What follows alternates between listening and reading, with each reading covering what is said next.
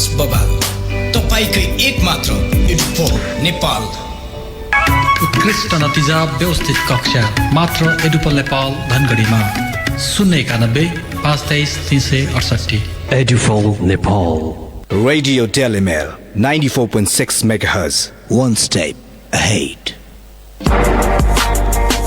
यस टेलिमेल समाचारका साथमा देव विकास बैंक।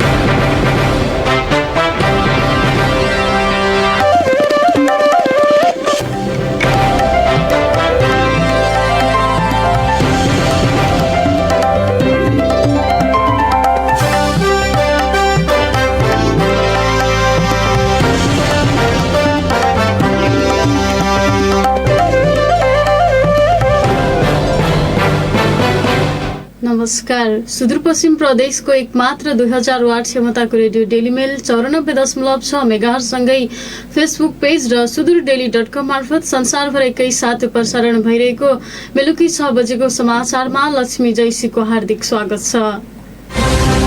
सुरुमा प्रसारणका प्रमुख समाचार। श्राद्धको खाना खाएर गोदावरीमा एकजनाको मृत्यु, 16 जना बिरामी, खानामा विषादी मिसाइएको आशंका।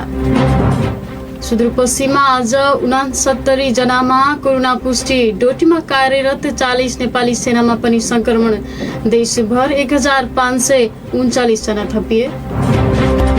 भोलिबाट लामो दूरीका यातायात सञ्चालन गर्ने सरकारको निर्णय, सुदूरपश्चिममा तोकिएकै मितिबाट यातायात सञ्चालन नहुने। र पत्रकारमाथि भएको आक्रमण विरुद्ध कैलालीमा दोस्रो चरणको आन्दोलन सुरु, घटनाबारे अध्ययन गर्न नेपाल पत्रकार महासंघको टोली धनगढी आउने। नवजीवन अस्पताल प्राली धनगढी कैलालीमा नियमित विशेषज्ञ ओपीडी सञ्चालन सम्बन्धी सूचना। डाक्टर विदुरमणि ढकाल वरिष्ठ हाड जोड्नी तथा नसारोग विशेषज्ञ एमडी/एमएस अर्थो प्रत्येक दिन। डाक्टर जयराम केसी वरिष्ठ प्रसुति तथा महिला रोग विशेषज्ञ एमडी अब्स गाइनो प्रत्येक दिन। डाक्टर विक्रम हिराचन वरिष्ठ बाल रोग विशेषज्ञ MD PGI Chandigarh Bharat. Doctor Govind Tiwari वरिष्ठ जनरल तथा laparoscopy surgeon MS general surgery PGI Chandigarh Bharat. Doctor Ranjit Pande वरिष्ठ पेट छाती तथा मुटु रोग विशेषज्ञ MD internal medicine PGI Chandigarh Bharat. Doctor Sunil Bhatt वरिष्ठ एनेस्थेसियोलोजिस्ट एवं critical care MD anaesthesia PGI Chandigarh Bharat. Doctor Shambhudatt Joshi वरिष्ठ छाला चर्मरोग एलर्जी यौन गुप्तरोग तथा सौन्दर्य विशेषज्ञ MD Bir hospital fellowship from India एफएएडी fad USA प्रत्येक दिन साँझ 3 बजे। डाक्टर सञ्जय खड्की वरिष्ठ यूरोसर्जन महिनाको एक पटक। आरती शर्मा वरिष्ठ फिजियोथेरापिस्ट एमपीटी फिजियोथेरापी भारत लगायत विज्ञ चिकित्सकहरूको टोलीद्वारा नियमित रूपमा विशेषज्ञ चिकित्सकीय इमर्जेन्सी ओपीडी आइसियू तथा सर्जरी सेवा एवं परामर्श उपलब्ध गराइरहेको बेहोरा सहर्ष जानकारी गराउँदछौँ। थप जानकारीका लागि नवजीवन अस्पताल private limited Dhangadhi Kailali. Phone number 091 521 233। अब समाचार विस्तारमा। धनगढीमा अटो रिक्साको ठक्करबाट एकजना घाइते भएका छन्। धनगढी अत्तरिया 6 लेन सडक अन्तर्गत उपमहानगरपालिकाको शहीद गेट नजिक अटो रिक्सा ठक्कर दिँदा पैदल यात्री घाइते भएका हुन्। प्रहरीका अनुसार धनगढी उपमहानगरपालिका वडा नम्बर 4 उत्तर बेहडीका 52 वर्षीय कुनकुराम चौधरी घाइते भएका हुन्। उनको अहिले माया मेट्रो अस्पतालमा उपचार भइरहेको छ भने ठक्कर दिने अटो रिक्सा चालक फरार छन्। पत्रकारमाथि कुटपिट गर्नेलाई कारबाहीको माग गर्दै पत्रकार महासंघ कैलालीले दोस्रो चरणको आन्दोलन सुरु गरेको छ। नेपाल पत्रकार महासंघ कैलालीका कोषाध्यक्ष हिमाल जोशीले आज दोस्रो चरणको आन्दोलन अन्तर्गत जिल्ला प्रशासन कार्यालयमा धरना दिएको बताउनुभयो। भोलि कालोपट्टी बाँधेर जिल्ला प्रशासन कार्यालय अगाडि धरना दिने र पर्सि सञ्चार सामग्री सहित जिल्ला प्रशासन अगाडि धरना र प्रदर्शन गर्ने संघर्षका कार्यक्रम रहेको उहाँले बताउनुभयो। यस्तै कैलालीमा सञ्चार गिरह र पत्रकारमाथि भएको आक्रमणबारे अध्ययन गर्न नेपाल पत्रकार महासंघको टोली धनगढी आउने भएको छ।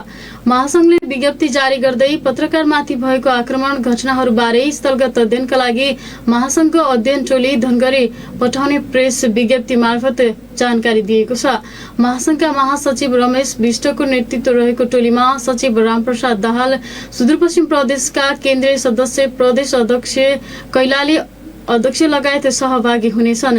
टोलीले घटनाका सम्बन्धमा स्थलगत रूपमा अध्ययन गरी पीडित पक्ष, स्थानीय प्रशासन, प्रहरी, सरकारवाला, पत्रकार लगायतसँग छलफल गरी सत्य तथ्य सार्वजनिक गर्ने जनाएको छ। धनगढी स्थित दिनेश सञ्चार गिरहमा आक्रमण गर्ने थप एकजना पक्राउ परेका छन्। बुधबार राति 1 बजे कैलालीको हसुलियाबाट चक्र रावललाई पक्राउ गरिएको जिल्ला प्रहरी कार्यालय कैलालीले जनाएको छ। गत शुक्रबार दिनेश सञ्चार गिरहमा प्रवेश गरी आक्रमणकारी करिब 15-20 जनाको समूहले सांघातिक आक्रमण गरेको थियो। सहसम्पादक जनक विष्ट, प्रबन्धक अमिता कुँवर र प्राविधिक कल्पना सिंहले आफूमाथि कुटपिट गरेको भन्दै 5 जनाको नाममा किटानी जारी दिएका थिए। किटानी जारी दिएका मध्ये यसअघि मंगलबार धनगढी 5 जाएका सरोज थापा पक्राउ परेका थिए। 3 जनाको खोजी भइरहेको प्रहरी नायब उपरीक्षक प्रतीक विष्टले बताउनुभयो। समाचारको विषयलाई लिएर गत शुक्रबार आक्रमणकारीहरूको समूह दिनेश सञ्चार गिरहमा प्रवेश गरेको थियो। धनगढीका रोशन विक हिरासतमा मृत्यु प्रकरणलाई लिएर हत्या गरेको समाचारमा उल्लेख हुनुपर्नेमा आत्महत्या किन राखिएको भन्दै आक्रमणकारीहरूको समूह एकाएक कुटपिटमा उत्रिएको थियो। कञ्चनपुरमा लागू औषध ब्राउन सुगर सहित 2 जना पक्राउ परेका छन्। जिल्लाको बेतकोट नगरपालिका 6 का 22 वर्षीय प्रेम सिंह साउद र कमल चौधरीलाई प्रहरीले पक्राउ गरेको हो। सिंहको साथबाट 1 ग्राम 290 मिलिग्राम र चौधरीको साथबाट 430 मिलिग्राम ब्राउन सुगर फेला परेको जिल्ला प्रहरी कार्यालय कञ्चनपुरका प्रहरी नायब उपरीक्षक अमर बहादुर थापा छेत्रीले बताउनुभयो। दुवैजनामाथि कानून बमोजिम कारबाही र अनुसन्धान भइरहेको उहाँले बताउनुभयो। कैलालीको गोदावरीमा श्राद्धको खाना खाएर 1 जनाको मृत्यु भएको छ भने 16 जना बिरामी परेका छन्। विषाक्त खानाको असरले गोदावरी नगरपालिका वडा नम्बर 10 मा श्राद्धमा गएका 16 जना एकाएक बिरामी पर्न थालेपछि हस्पिटल भर्ना गरिएको छ। प्रहरीले विषाक्त खाना थियो या विष नै मिसाएको थियो भन्ने विषयमा अनुसन्धान गरिरहेको छ। फुवन भट्टको रिपोर्ट। गोदावरी नगरपालिका वडा नम्बर 10 मा स्थानीय भीम विश्वको घरमा 27 गते श्राद्धमा प्रसाद ग्रहण गर्न गएका खमौरा टोलका सुरेश बोहराको मृत्यु नै भएको छ भने 16 जना बिरामी परेका छन्। 2 सन्तान सहित श्राद्धमा गएका महेश्वरी ठकुन्ना सन्तान सहित हस्पिटलमा भर्ना हुनु भएको छ। श्राद्धमा खाना खाइसकेपछि एकाएक पेटमा समस्या आएको उहाँ बताउनुहुन्छ। यति खाना खाएपछि भइसक्यो, पेटमा काट्ने दर्शना पुगेर के जराले काम पनि गरेको छैन के हैन, त्यो बाहिर खाना बनाउन रुखबाटै के झर्सक्नुपर्छ।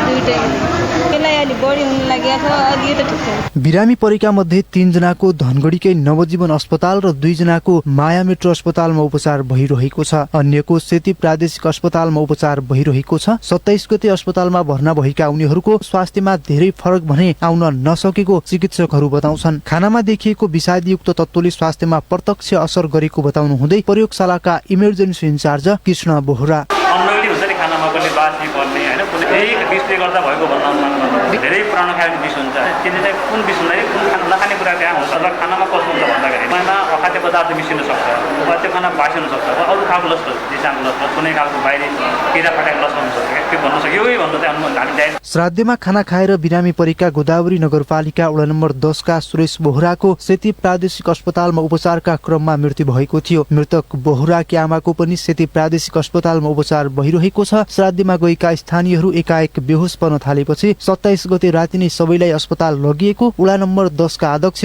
रविन्द्र शाही बताउनुहुन्छ।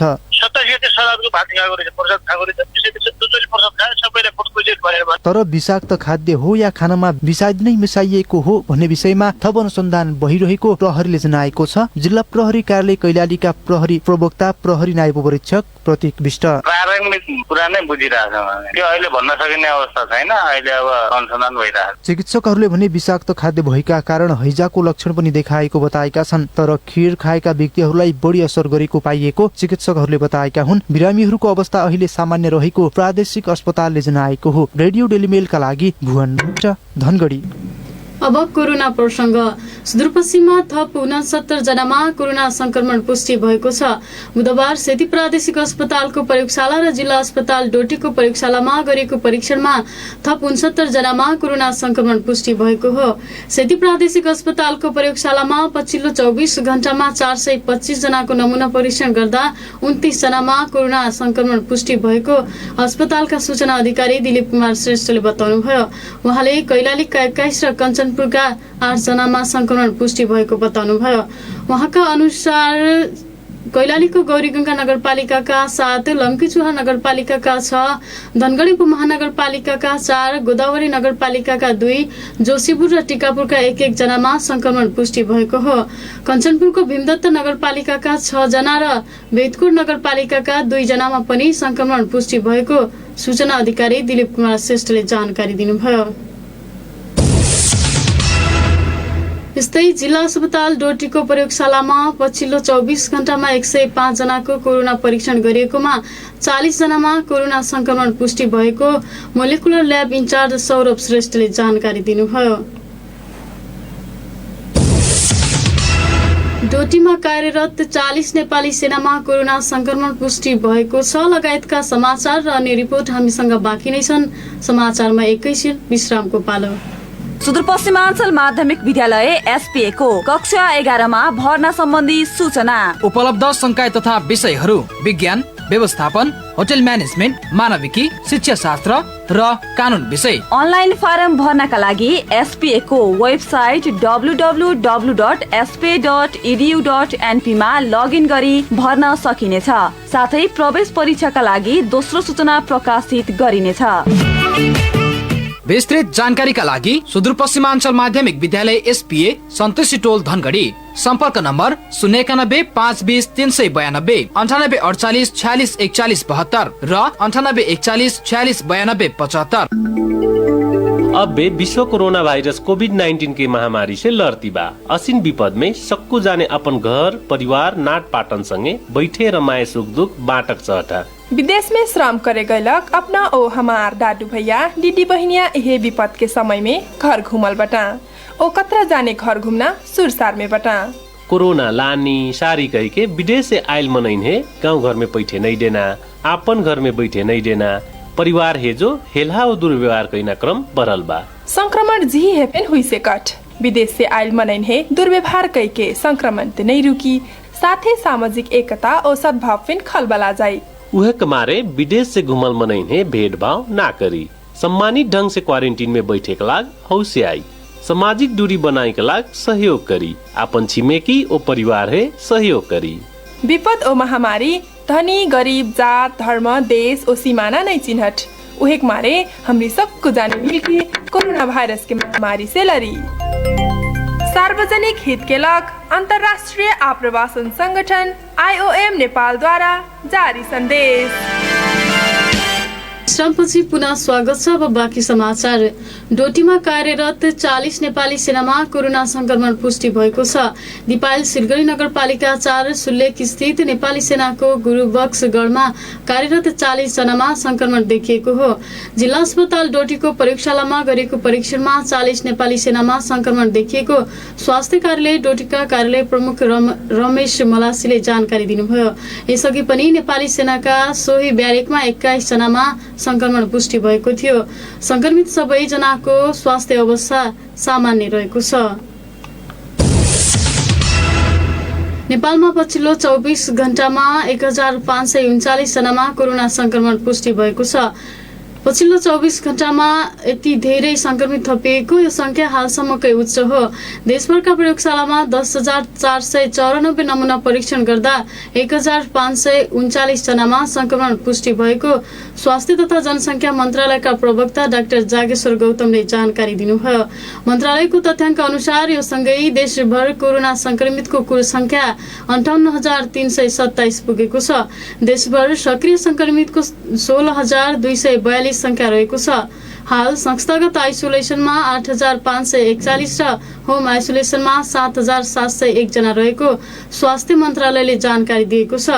24 घण्टामा 1,068 जना कोरोना संक्रमण मुक्त भएका छन्। त्यस्तै हालसम्म निको हुनेको संख्या 41,706 पुगेको सरकारी तथ्याङ्क छ।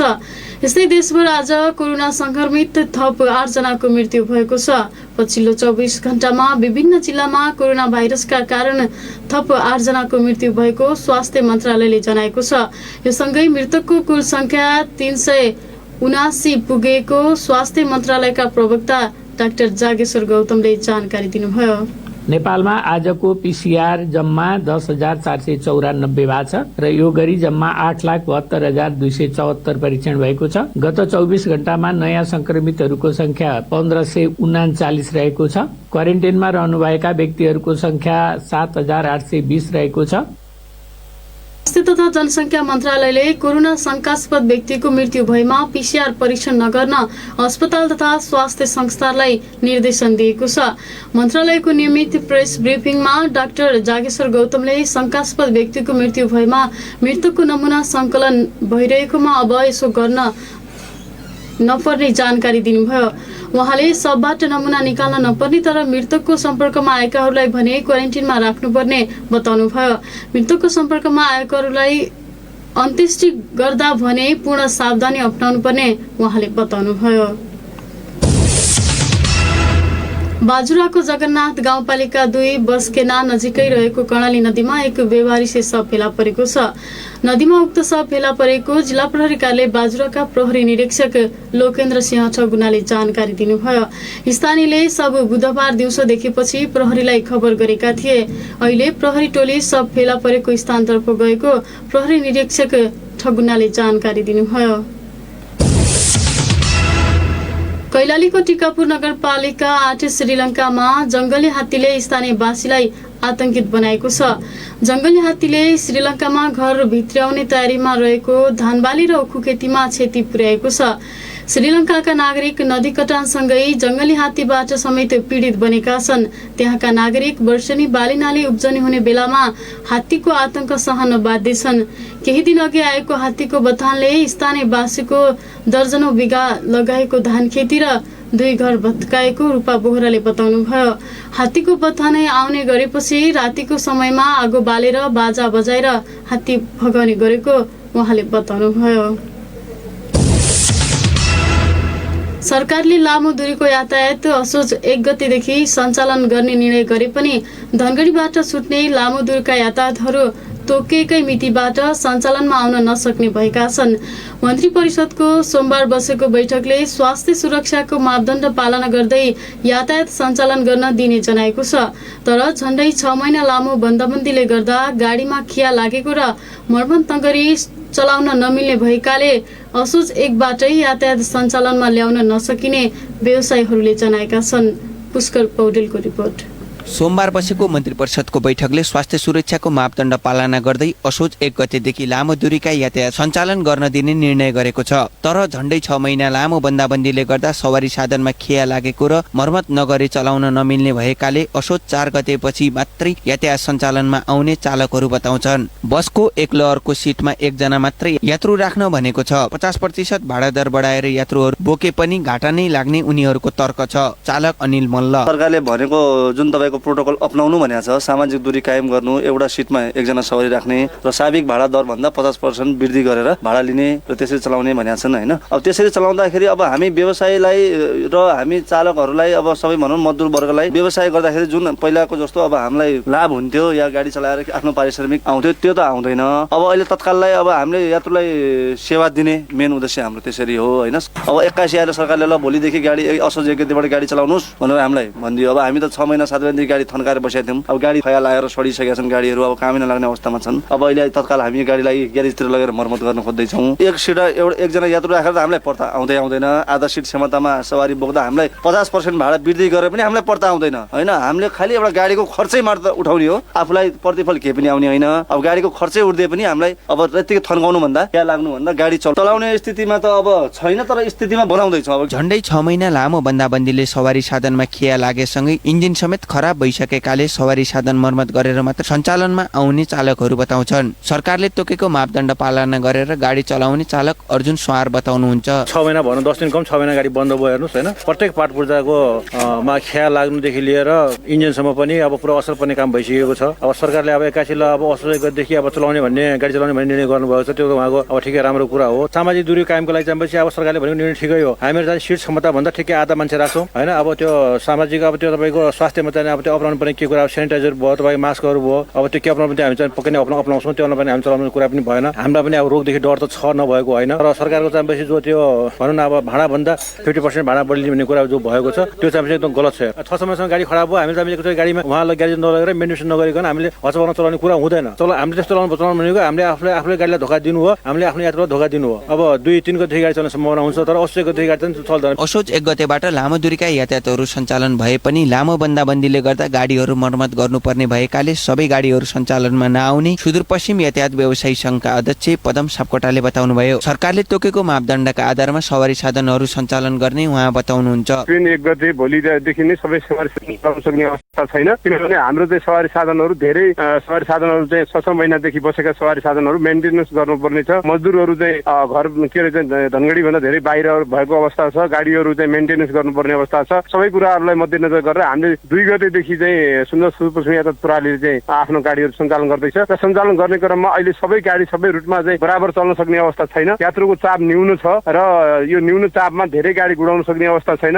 सीमित गाडीहरूलाई हामीले चाहिँ अहिले चाहिँ गुडाउने अवस्थामा गइरहेका छौँ। बिस्तारै यात्रुको चाप फलो चाहिँ बढ्दै गएको अवस्थामा अनि गाडीको संख्या पनि हामी बढाउँदै लैजान्छौँ। अहिले हाललाई चाहिँ हामीले चाहिँ सबै रुटहरूमा सीमित गाडीहरू गुडाउने अवस्थामा छौँ। अहिले सरकारले तोकेको मापदण्ड अनुसार यो हाम्रो चाहिँ लामो दूरीको गाडीहरूमा एउटा सिटमा एकजना यात्रु राख्ने, सेनिटाइजर मास्क अनिवार्य प्रयोग गर्ने, भाडाको हकमा चाहिँ 50% थप गर्ने भन्ने चाहिँ सरकारले भनेको छ। त्यही बमोजिम हामीहरूले चाहिँ त्यो मापदण्डलाई चाहिँ पालना गर्ने गरेर हामी लामो दूरीको सवारी साधन सञ्चालन गर्न गइरहेका छौँ। चैत्र 11 गतेदेखि बन्द भएका सार्वजनिक सवारी असोज 1 गतेबाट सञ्चालन गर्न सरकारले अनुमति दिएको छ। असोज 1 गतेबाटै सुदूरपश्चिमका व्यवसायी यातायात सुरु गर्न सक्ने अवस्थामा छैनन्। केही दिन ढिलो गरी सञ्चालनमा आए पनि यसको पहिलो लाभ यातायात व्यवसायीहरूले पाउनेछन्। झन्डै 6 महिनासम्म सवारी बन्द गर्नुपर्दा यातायात व्यवसायीहरू मारमा परेका थिए। रेडियो टेलिमेलका लागि पुष्कर पौडेल, धनगढी। हामीसँग खबरको सिलसिला जारी नै छ। समाचारमा फेरि पनि विश्रामको पालो। आयो आयो आयो के ज्येष्ठ आयो, ब्रिज कोर्स र लोक सेवा अफर लिई आयो। केजिसमा होटल म्यानेजमेन्टमा अपार सफलतापछि लोकसेवा तथा ब्रिज कोर्स तयारी कक्षाहरू पनि सञ्चालन गरिएको छ। लोकसेवातर्फ शाखा अधिकृत नायब सुब्बा, खरिदार अमिन, अनमी, अहेब, महिला विकास ब्रज। शिक्षक सेवातर्फ मावि तह, निमावि तह, प्रावि तह। ब्रिज कोर्स तर्फ overseer, pharmacy, lab, CMA, ANM, HA, staff nurse, forestry, management, science. हाम्रा विशेषताहरू ख्याति प्राप्त र अनुभवी शिक्षक प्रशिक्षकहरूबाट पढाइ हुने, साप्ताहिक टेस्ट परीक्षा र परामर्श दिइने, अत्यन्तै सुविधा सम्पन्न प्रविधि युक्त कक्षा कोठा, आफ्नै लाइब्रेरी र ई लाइब्रेरी भएको। सम्पर्क Kirtiganga institute of science and technology, केजिस्ट, लोकेन्द्र मोहन सदन, एसपीए जाने चोक। 091 524 247, 98 017 052 96 र 98 62 48 07 06। सर्वसुलभ मूल्यमा पढ्न आउँ सब, अध्ययन गरी यसमा फाइदा लिउँ सब। क्या तमी एचआईभी को औषधि एआरभी को खाइरहेछौ? औषधि खान्ज्या तमलाई म स्वस्थ छु, अब औषधि सधैँ केलाई खानु भन्ने लाग्न सक्दछ। याद र एचआईभी को औषधि प्रत्येक दिन नछुटाई खानु पर्छ। त्यही भइबाट तमरो स्वास्थ्यलाई निको बनाउन सहयोग अद्दछ। बिचैमी औषधि खान छाडेपछि अन्य स्वास्थ्य समस्याहरू आउन सक्दछन्। आफू स्वस्थ भई सम्मानित जीवन बाँचौँ, परिवार र समाजका लागि जिम्मेवार नागरिकको भूमिका निर्वाह गरौँ। एचआईभी व्यवस्थापनको लागि राष्ट्रिय एचआईभी र एड्स महासङ्घको अभियान। एचआईभी रोकथाम तथा नियन्त्रणका लागि राष्ट्रिय एड्स तथा यौन रोग नियन्त्रण केन्द्र र ग्लोबल फन्ड सेभ द चिल्ड्रेनका सहयोगामी राष्ट्रिय एचआईभी तथा एड्स महासङ्घबाटै जनहितमा जारी।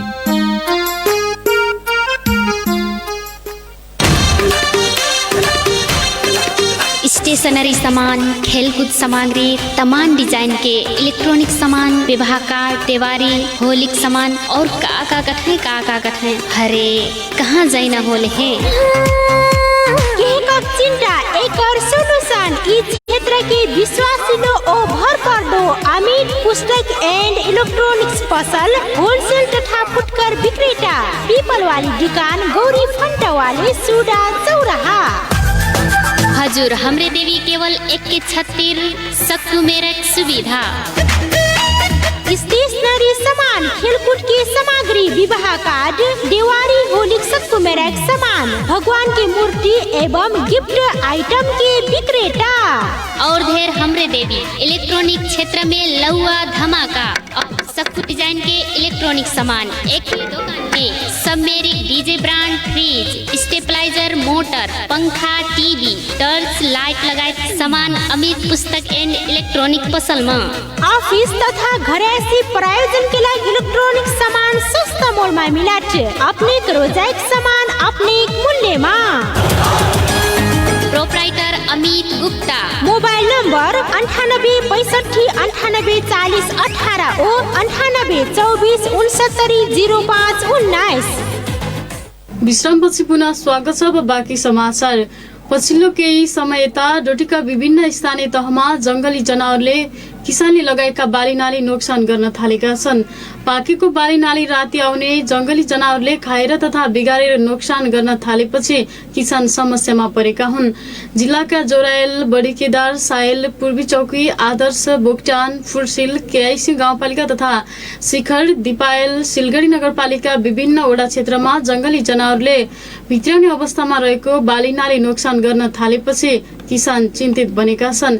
खप्तर राष्ट्रिय निकुञ्ज तथा लेक लगायतका क्षेत्रबाट आउने जंगली बँदेल, दुम्सी, स्याल तथा बाँदरले कोदो, फापर, भटमास, मकै तथा धानबाली नष्ट गर्न थालेपछि किसान राति खेतमै गएर रात बिताउन बाध्य भएको जोराइल गाउँपालिका 5 फलाडेका किसान लाल बहादुर सार्कीले बताउनुभयो। डडेलधुराको अमरगढी नगरपालिकाका नगर प्रमुख र प्रमुख प्रशासकीय अधिकृत विरुद्ध मानहानिको मुद्दा दायर गरिएको छ।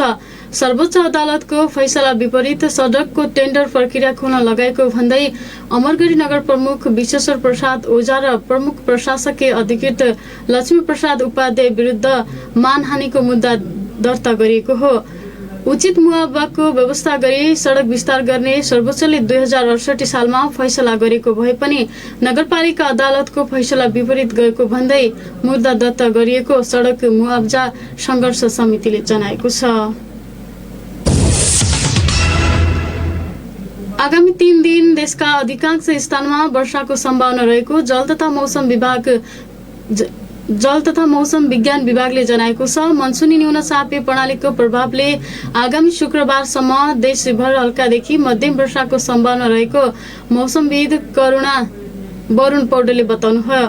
हाल देशभर सामान्य बदली रही प्रदेश नम्बर 1 बागमती, गण्डकी, कर्णाली र सुदूरपश्चिम प्रदेशका केही स्थानमा मेघगर्जन तथा चट्याङ सहित हल्कादेखि मध्यम वर्षा भइरहेको छ।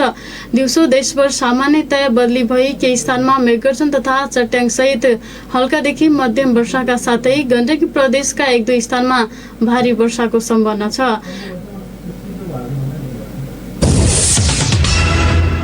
र नेपाली बजारमा बुधबार सुन चाँदीको मूल्य स्थिर रहेको छ। मंगलबार तोलामा 97,500 रुपियाँमा कारोबार भएको छापावाला सुनको मूल्य बुधबार पनि सोही मूल्यमा कायम भएको छ।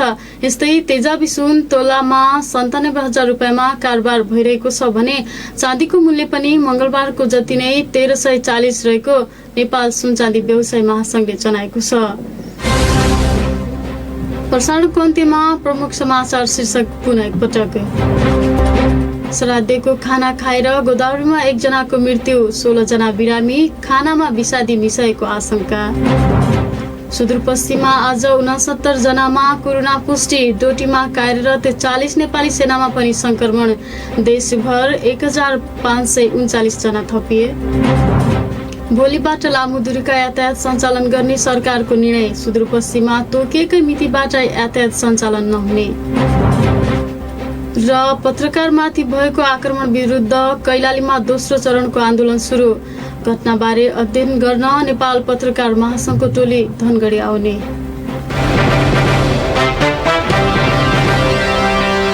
हस्त अहिलेलाई समाचार सकियो।